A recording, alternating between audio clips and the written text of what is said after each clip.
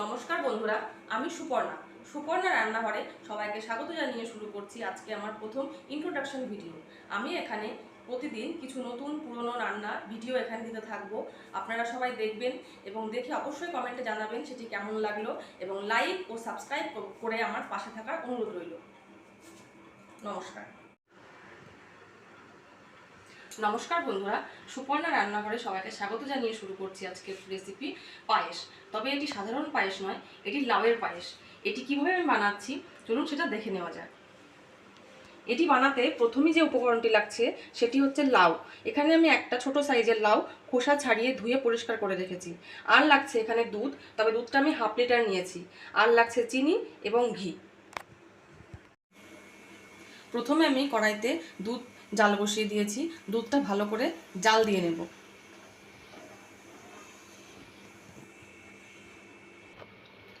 যতক্ষণ দুধটা জাল হচ্ছে ততক্ষণ আমি এদিকে লাউটা গ্রেট করে নিয়েছি। লাউটা গ্রেট করা হয়ে গেছে। এবার লাউটাকে আমি খুব ভালো করে জলে ধুয়ে পরিষ্কার করে নেব, যাতে লাউয়ের এই রসটা লাউয়ের ভেতরে না থাকে, তাহলে দুধটা কেটে যাওয়ার সম্ভাবনা থাকে।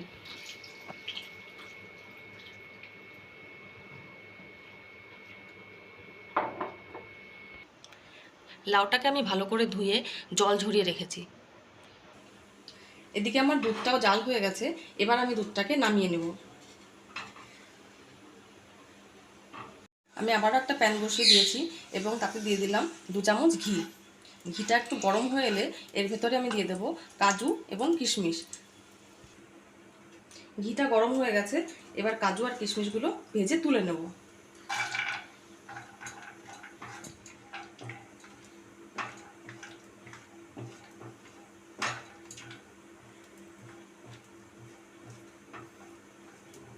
গ্যাসের ফ্লেমটা খুব জোরে বাড়িয়ে দিয়ে ভাজবেন না, তাহলে কিশমিশগুলো পুড়ে যেতে পারে।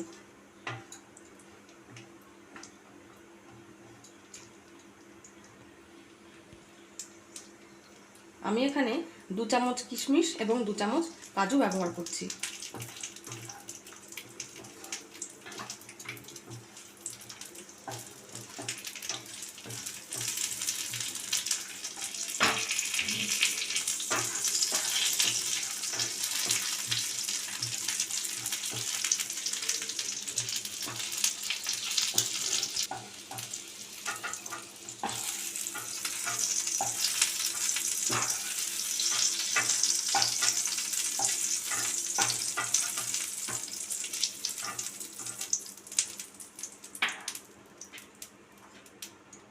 এবার এই ঘির মধ্যে আমি দিয়ে দিচ্ছি লাউটা।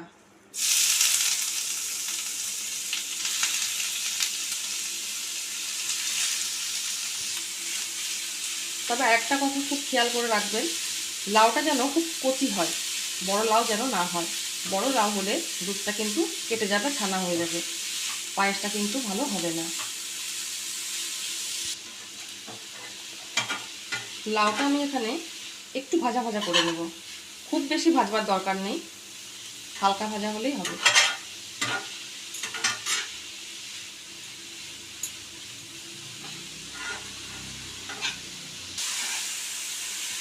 লাউটা আমার প্রায় হয়ে এসেছে। 4 থেকে 5 মিনিট ধরে ভাজলেই লাউটা ভাজা হয়ে যাবে। হাই ফ্লেমে ভাজবেন না, লো ফ্লেমে ভাজার চেষ্টা করবেন।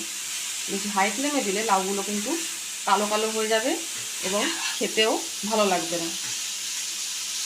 দুধটা অল্প অল্প করে বলবা। দুধটা অল্প অল্প করে ঢালবেন, একবারে ঢালতে যাবেন না।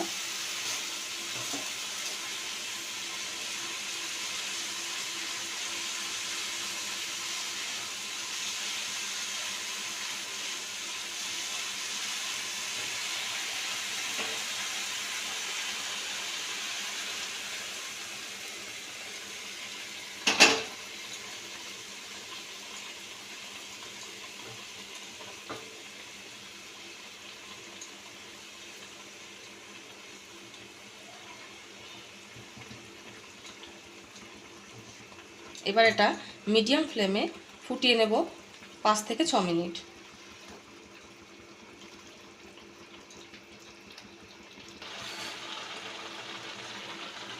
লাউটা ফুটতে শুরু করেছে, আর কিছুক্ষণ ফুটিয়ে নিলেই এটা রেডি হয়ে যাবে। দুধটা যখন এরকম শুকিয়ে যাবে তখন দিয়ে দেবো চিনি।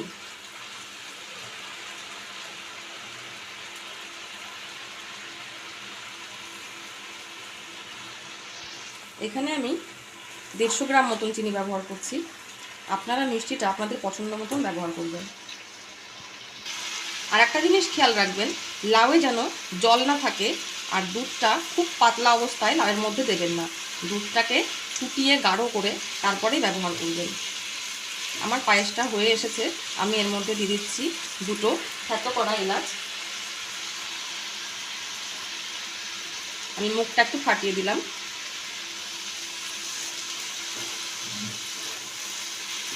আর দিয়ে দেব ভেজে রাখা কাজু ও কিশমিশ।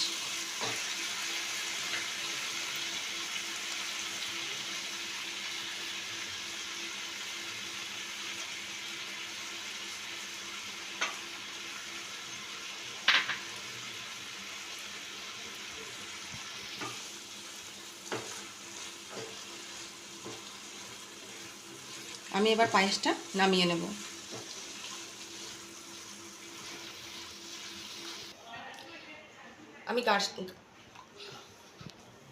পায়েসটি আমি নামিয়ে নিয়েছি এবং গার্নিশিংয়ের জন্য কিছু কিশমিশ ব্যবহার করছি।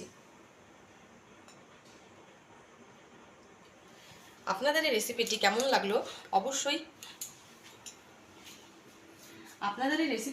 লাগলো অবশ্যই কমেন্টে জানাবেন এবং বাড়িতে অবশ্যই ট্রাই করবেন। ভিডিওটি লাইক ও চ্যানেলটি সাবস্ক্রাইব করে আমার পাশে